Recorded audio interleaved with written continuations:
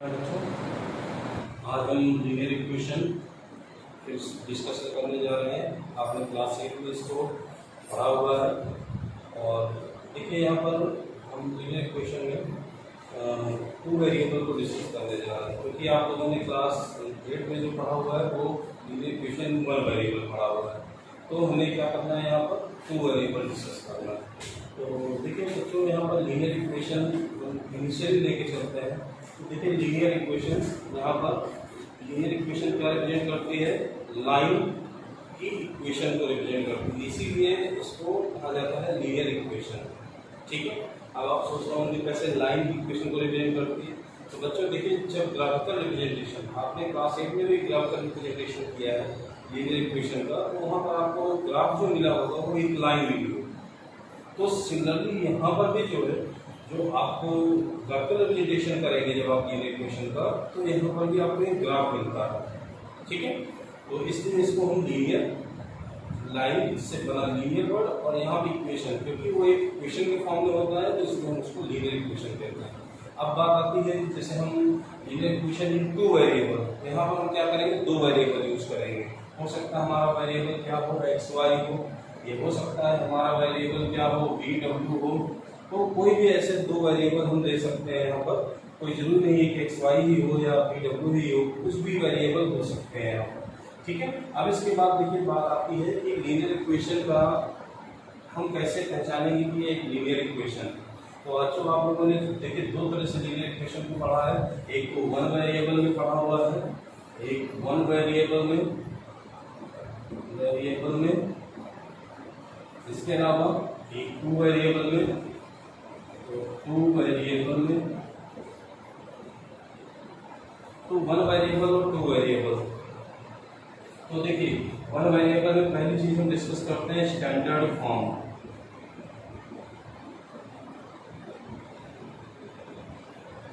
तो standard form के base पे देखिए दोनों का स्टैंडर्ड फॉर्म देखेंगे हम यहाँ पर।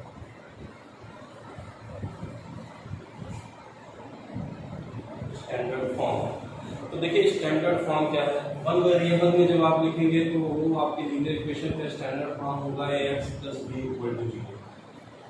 जब आप यहाँ पर स्टैंडर्ड फॉर्म लेंगे इसका टू वेरिएबल के लिए, तो आपका स्टैंडर्ड फॉर्म क्या बनेगा, ax + by + c = 0।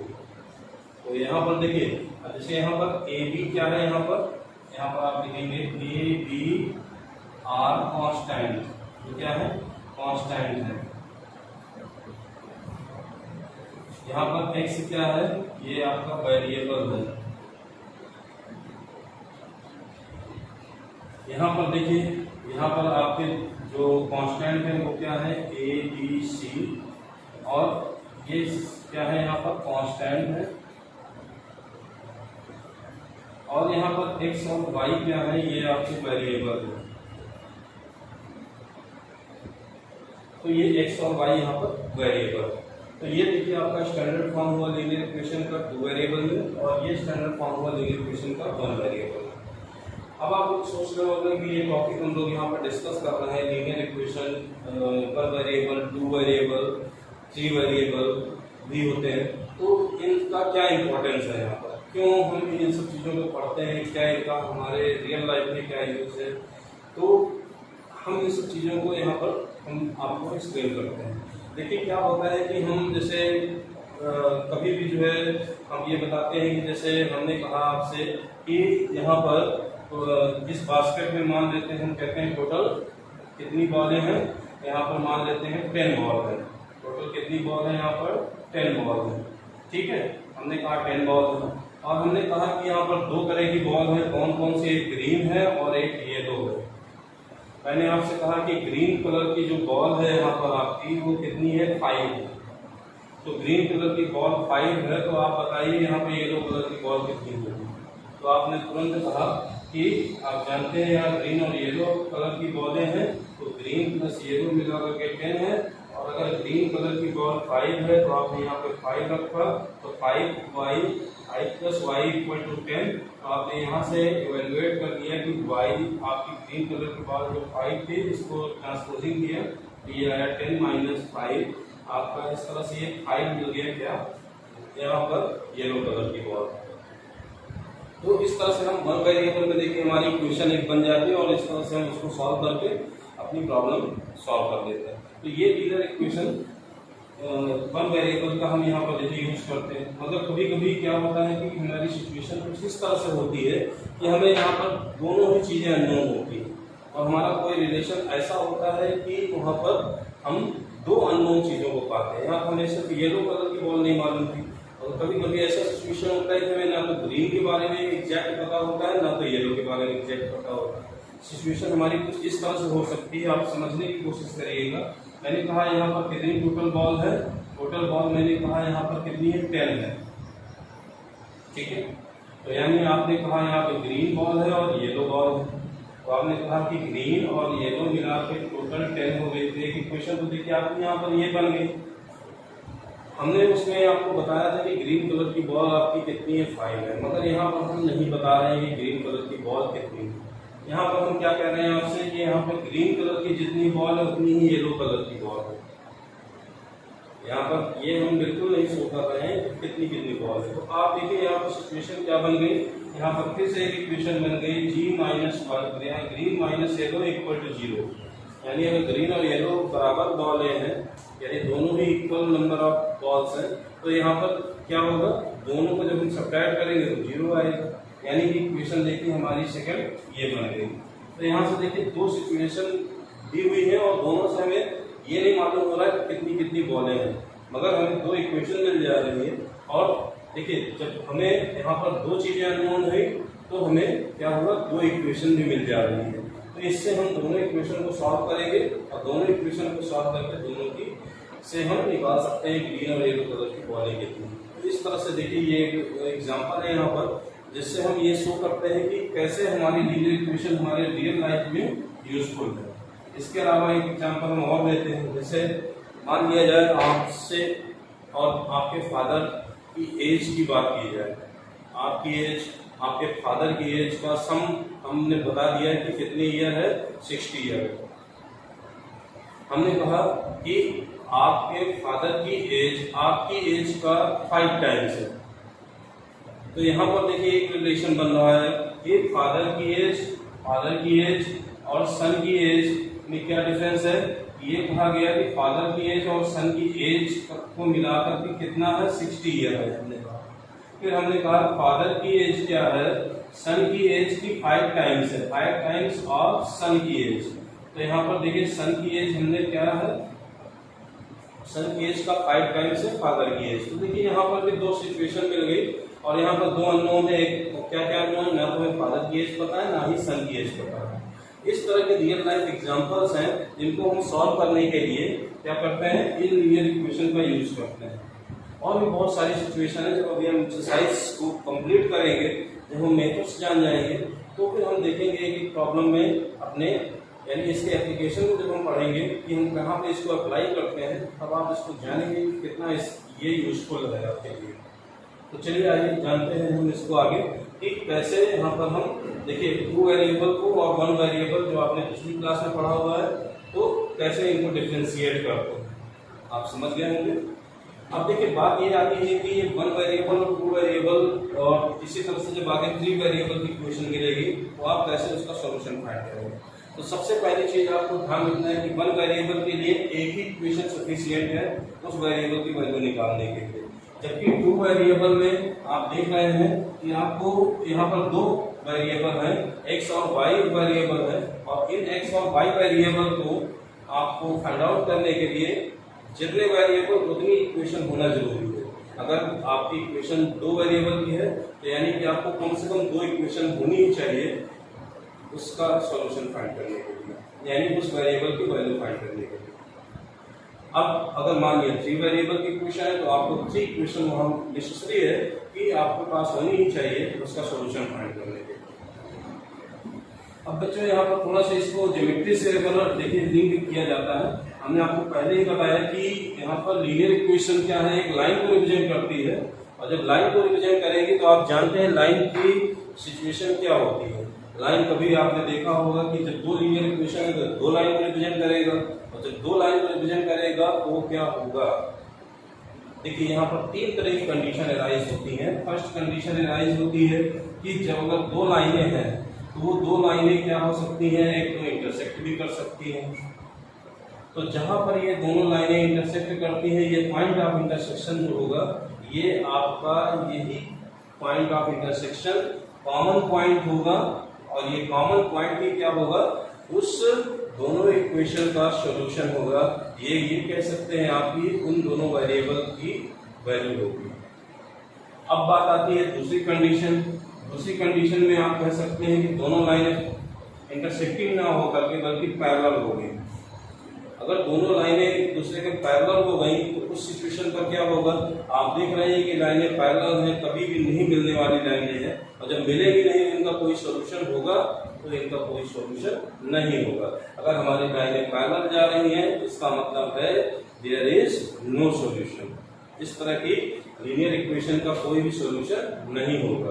तो ये भी सिचुएशन बन सकती है कि आपके पास दो लीनियर इक्वेशन हो, उनका कोई सॉल्यूशन ना भी हो।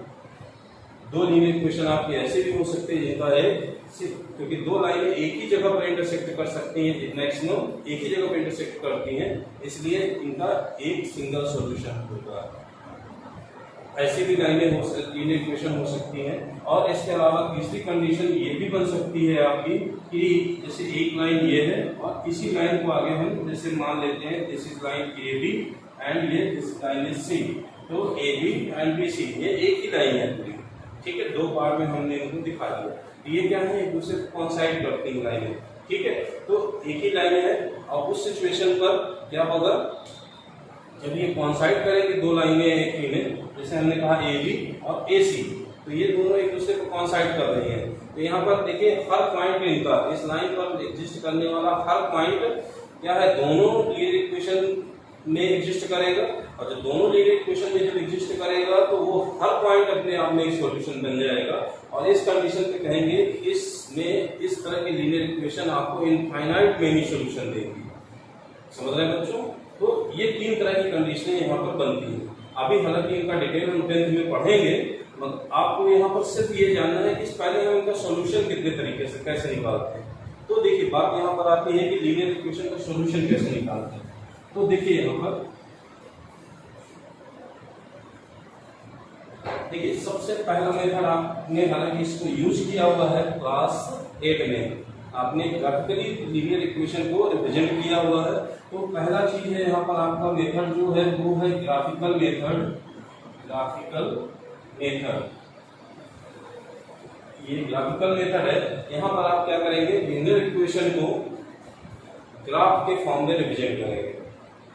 कैसे ग्राफ के फॉर्म में रिप्रेजेंट करते हैं हम आपको बताते हैं। हम एक सिंपल लीनियर इक्वेशन लेते हैं टू वेरिएबल की, जैसे सपोज करते हैं x plus y equal to 10। ये हमने एक लीनियर इक्वेशन दी। यहाँ पर आप देख रहे हैं x और y दो वेरिएबल हैं आपके, और ये एक सिंपल लीनियर इक्वेशन है टू वेरिएबल की। अब हमें इसको ग्राफ में रिप्रेजेंट करना है। तो ग्राफ में रिप्रेजेंट करना है, ग्राफ हमारा क्या है, ये हमने एक ग्राफ बना लिया है। ये हमारी एक्सिस हो गई, x axis, y axis origin, और ये आपका x डैश, ये y। अब यहाँ पर देखिए हमें क्या करना है, इस लाइन को इस ग्राफ में रिप्रेजेंट करना है। तो पहले हमें इस लाइन के कुछ पॉइंट्स मालूम होने चाहिए। अब आप लोग बच्चों पढ़े हुए हैं कि एक लाइन को रिप्रेजेंट करने के लिए कम से कम कितने पॉइंट की जरूरत होती है। तो आप जानते हैं कि आपको कम से कम 2 पॉइंट चाहिए। क्यों? क्योंकि 2 पॉइंट से सिर्फ और सिर्फ एक लाइन पास होती है, ये आप जानते हैं। और इसके अलावा ये भी जानते हैं अगर हम एक पॉइंट लेते हैं तो एक पॉइंट से हमारी इनफाइनाइट लाइन पास हो सकती है। तो इस बात को आप क्लियरली समझ रहे हैं। तो यहाँ पर एक पॉइंट ना लेकर के बल्कि हम क्या लेंगे, 2 पॉइंट मिनिमम हमको ले लेंगे। हम 2 से ज्यादा ले सकते हैं, मगर क्या है 2 से कम नहीं लेना है आपको, 2 से ज्यादा ले सकते हैं आप। तो हम चलिए एक यहाँ पर टेबल बनाते हैं कुछ इस तरह से। देखिए यहाँ पर हम क्या करते हैं, इस तरह से टेबल बनाते हैं। यहाँ पर कम से कम 3 कोऑर्डिनेट हम यहाँ से निकाल देते हैं। तो यहाँ पर देखिए x दिया हमने और ये y दिया। हम इसी को भी ऊपर नीचे रख सकते हैं। फिर इसके बाद एक अगला प्रोसेस क्या होगा, हम x की कुछ वैल्यूज एज्यूम करते हैं, बहुत छोटी छोटी वैल्यू एज्यूम करते हैं। जैसे हमने क्या किया, -2 0 2, बहुत सिंपल वैल्यू यूज करेंगे। 1 भी ले सकते हैं, कोई भी वैल्यू, कोई भी अपने मन से वैल्यू ले सकते हैं, x की ले सकते हैं या चाहे तो आप y की ले सकते हैं, किसी एक की लेना है आपको और उसके रिस्पेक्ट में y की वैल्यू को फाइंड आउट करना है। जब हमें एक वैल्यू पता हो गई तो हमें जो है दूसरी वैल्यू फाइंड आउट करने में कोई दिक्कत नहीं है।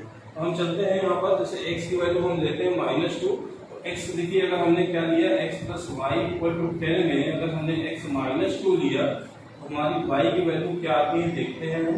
यहाँ पर देखिए +y = 10 और +2, ये -2 इधर ट्रांसफर होकर गया, तो 10 + 2 = 12, तो y की वैल्यू आपकी जो आती है वो 12 आती है। तो ये 12 वैल्यू रख दिया हमने। देखिए जब हमने x = -2 लिया तो -2 लिया तो 12 वैल्यू आ गई।